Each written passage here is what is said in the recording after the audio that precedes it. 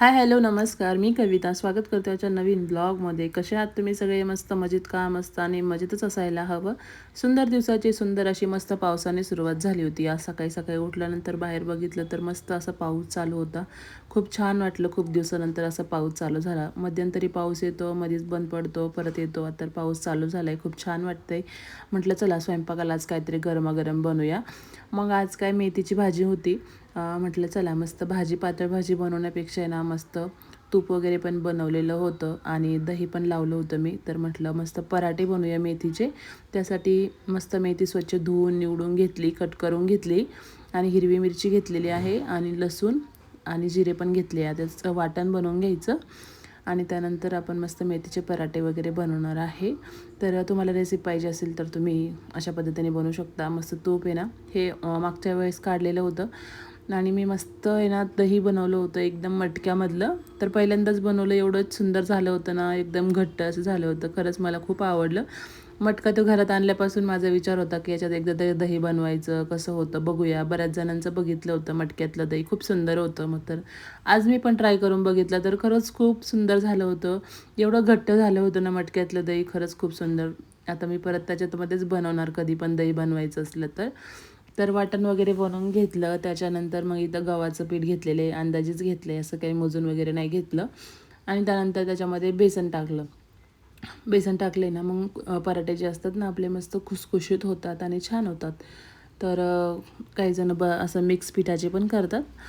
तर असं इथं बेसन पीठ वगैरे टाकून घेतलं. त्यामध्ये चवीनुसार असं मीठ ॲड करून घेतलं आणि थोडंसं असं नाही का मीठ वगैरे टाकून मिक्स करून घ्यायचं.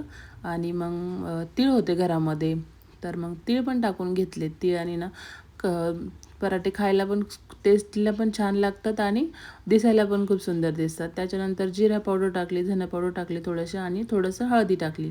नंतर हे हिरवी मिरचीचं वाटण बनवून घेतलं होतं ते पण त्याच्यामध्ये टाकून घेतलं आणि स्वच्छ अशी मेथी ना धुवून घेतली होती आणि चाळणीमध्ये पाणी नितळण्यासाठी ठेवली होती. तर मग ती पण त्याच्यामध्ये ॲड करून घेतली. आता थोडं थोडं पाणी घालून आपण जसं गव्हाचं पीठ मळतो किंवा मग धपाट्याचं पीठ मळतो तसं पीठ मळायचं आणि 10-15 मिनटं त्याला ठेवून द्यायचं. तर असं एकदा हाताने ना मस्त असं पीठ मिक्स करून घेते. मस्त छान सुगंध येतो आहे मस्त भाजीचा.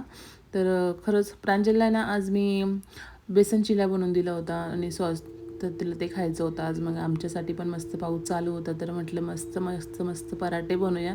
खरंच एवढं टेस्टी होतात ना. तुम्हाला जर आवडले तर तुम्ही पण नक्की लाईक करा, शेअर करा आणि चॅनलला सबस्क्राईब करा. तर मस्त पीठ वगैरे मळून घेतलं. मग पीठ चांगलं भिजलं होतं 10-15 मिनटं. मग म्हटलं चला मस्त पराठे बनवून घेऊया. तर तूप लावूनच पराठे बनवणार होते मी, कारण की तूप भरपूर साचले घरामध्ये ना, असं पण संपत नाही तूप. तर मग म्हटलं आज मस्त पराठेला ना बटर वगैरे लावण्यापेक्षा ना मस्त आपण पराठेवरती ना तूपच लावूयात. एवढे भारी होतात ना पराठे. तुम्ही पण नक्की ट्राय करा मेथीचे पराठे.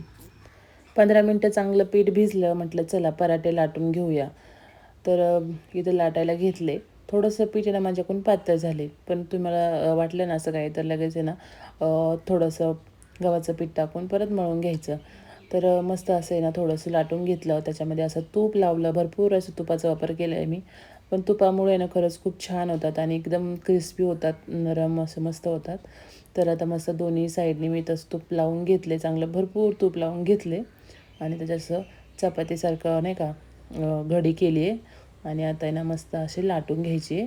पराठा आहे ना थोडासा ना जाडच ठेवायचा. जास्त जाड नाही, जास्त बारीक पण नाही. जास्त पातळ केला तर मग क्रिस्पी होणार नाही आणि जास्त घट्ट केला तर मग खायला पण मजा येणार नाही. त्यामुळं असं मीडियममध्येच थोडंसं लाटायचं. पीठ थोडंसं पातळ झाल्यामुळे मला थोडं पांढरं पीठ जरा जास्त लावावं लागतं आहे. घट्ट असतं ना थोडंसं, तर मग जास्त लावावं नसतं लागलं. त्याच्यात मध्येच तुटायला पण लागलं होतं सरकता सरकता नाही का. छान असा पराठा लाटून घेतला आहे. गोल काय झाला नाही माझ्याकडून आज, पातळ झाल्यामुळं थोडं पीठ नाही का. आणि त्याच्यात मी भिजवलं पण थोडं. लगेच लाटायला पाहिजे होतं. भिजलं नसतं ना तर मग असं पातळ नसतं झालं. तर लगेच तवा ठेवला गरम व्हायला. तवा चांगला गरम झाला. लगेच मस्त असा पराठा टाकून घेतला. दोन्ही साईडनी चांगलं असं खरपूस असं भाजून घ्यायचं. उलटपालट करायचं आणि चांगलं दोन्ही साईड भाजलं की मस्त असं तूप लावायचं वरतून. आणि मग दही असेल, चटणी असेल किंवा मग सॉस असेल, लोणचं असेल, तुम्हाला ज्याच्यासोबत आवडतं त्याच्यासोबत मस्त असे पराठे एन्जॉय करायचे. आणि पराठे ना गरम गरमच खायला चांगले लागत, असं थंड झाल्यावरती नाही चांगले लागत. त्यामुळे मग मस्त असं आमच्याकडं धपाट्याचं बेत होता आज गरमागरम. बघा दोन्ही साईड मस्त खरपूस असं भाजून घ्यायचे आणि कडक झाले ना तरच मग खायला भारी वाटतं एकदम, नाही का, क्रिस्पी क्रिस्पीमध्ये असं छान झाले ना. आवडली का तुम्हाला रेसिपी? कमेंटमध्ये नक्की सांगा. जर तुम्ही माझ्या चॅनलला नवीन आले असेल तर प्लीज आले आहेत तर सबस्क्राईब तरी करा. सबस्क्राईब करायला कुठे पैसे लागतात हो. चॅनलला सबस्क्राईब करा, लाईक करा आणि व्हिडिओज कसे वाटतं ते कमेंटमध्ये सांगायला मात्र विसरू नका. तेवढंच मोटिवेशन भेटतं. तर मस्त असा पराठा इथं भाजून झालेला आहे. आता काढून घ्यायचा एकदम मस्त.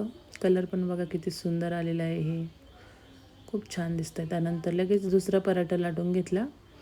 हा थोडा ना चौकोनी आकारामध्ये म्हणजे लाटलं होतं मी, नाही का, असं फोल्ड करून. कोणी त्रिकोणी करू शकतं, कोणी चौकोनी, कोणी आपलं चपाती टाईप, तुम्हाला ज्या शेपमध्ये पराठा आवडतो त्या शेपमध्ये. तर मग आता इथं असं शेपमध्ये मी बनवून घेतला.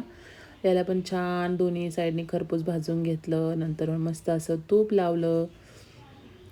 सध्या तूप घरात भरपूर झाले ना म्हणून संपवायचं. संपलं की मग बघतंच आहे की नाही. तर मस्त असं तूप लावून घेतलं दोन्ही साईडनी आणि कमी गॅसवरती चांगलं खरपूस पराठा भाजून घ्यायचा.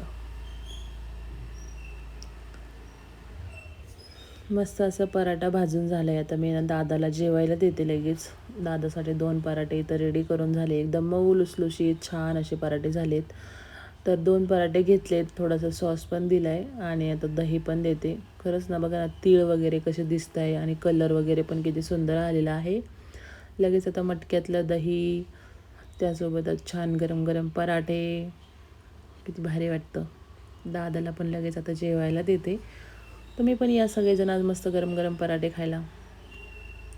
त्यानंतर मी डायरेक्ट संध्याकाळीच 12 वाजता शूट करते. आज दिवसभराचं काही शूटिंग केलंच नाही. आज एकदम पाऊस भरपूर चालू होता. प्रांजलच्या पप्पांना पण सुट्टी होती आणि कुठं बाहेर गेलेच नाही. मग रात्री 12 वाजता रिया आली खाली बोलायला की बड्डेचं सरप्राईज द्यायचं आहे तुला, चल वरती. मग तिने माझ्या बड्डेचं प्लॅनिंग केलं होतं. रात्री 12 वाजता मस्त डेकोरेट वगैरे काहीतरी केलं आहे. आता वरती जाऊन तुम्ही बघाच काय काय केलं आहे तिने. तर ती मग आली मला घ्यायला. म्हणजे नकोच बोलत होते पण ती चलली, चल बोलती, चल चल. मग आम्ही वरती गेलो आणि आज आमच्या इथं वरती 2nd फ्लोअरला लग्न पण होतं एक मुलाचं. तर ते अजून म्हणजे नवरी वगैरे काय आली नाही पण त्यांनी डेकोरेशन वगैरे करून ठेवले. ते पण तुम्हाला मी दाखवते. मस्त फुलांची रांगोळी वगैरे काढली आहे. बाहेर पाऊस पण भरपूर आहे, पाणी पण भरपूर होतं. शिडी पण ओली होती पण त्यांनी एकदम स्वच्छ करून मस्त फुलांची रांगोळी काढली आहे त्यांच्या दारापर्यंत, नाही का, असे एकदम फुलं सजवले. पण मुलांनी बघा कसं केलं आहे. तर आता इथं सोसायटीमध्ये होतं ते लग्न. त्याच्यानंतर बघा वरती आले. बघा रियाने मला मस्त सरप्राईज दिलं. छान असं पाठीमागे हॅपी बर्थडेचं डेकोरेशन केलं होतं. चॉकलेटचा केक आणला होता. खरंच ती माझ्यासाठी खूप करते आणि खरंच थँक्यू. अशीच माझ्यासोबत कायमस्वरूपी राहा. खूप खूप धन्यवाद, खूप खूप थँक्यू. तर त्याच्यानंतर मस्त बड्डेचं केक वगैरे कटिंग केलं आणि केक वगैरे खाल्लं. थोड्या गप्पा वगैरे मारल्या. प्रांजलला आमचा केक प्रचंड आवडतो तर तिची केक खाण्यासाठी खूप घाई असते.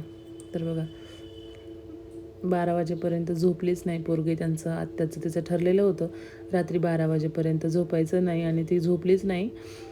तर असं काही माझं बड्डे रात्रीचं रियाने सेलिब्रेट केलं. खूप छान वाटलं.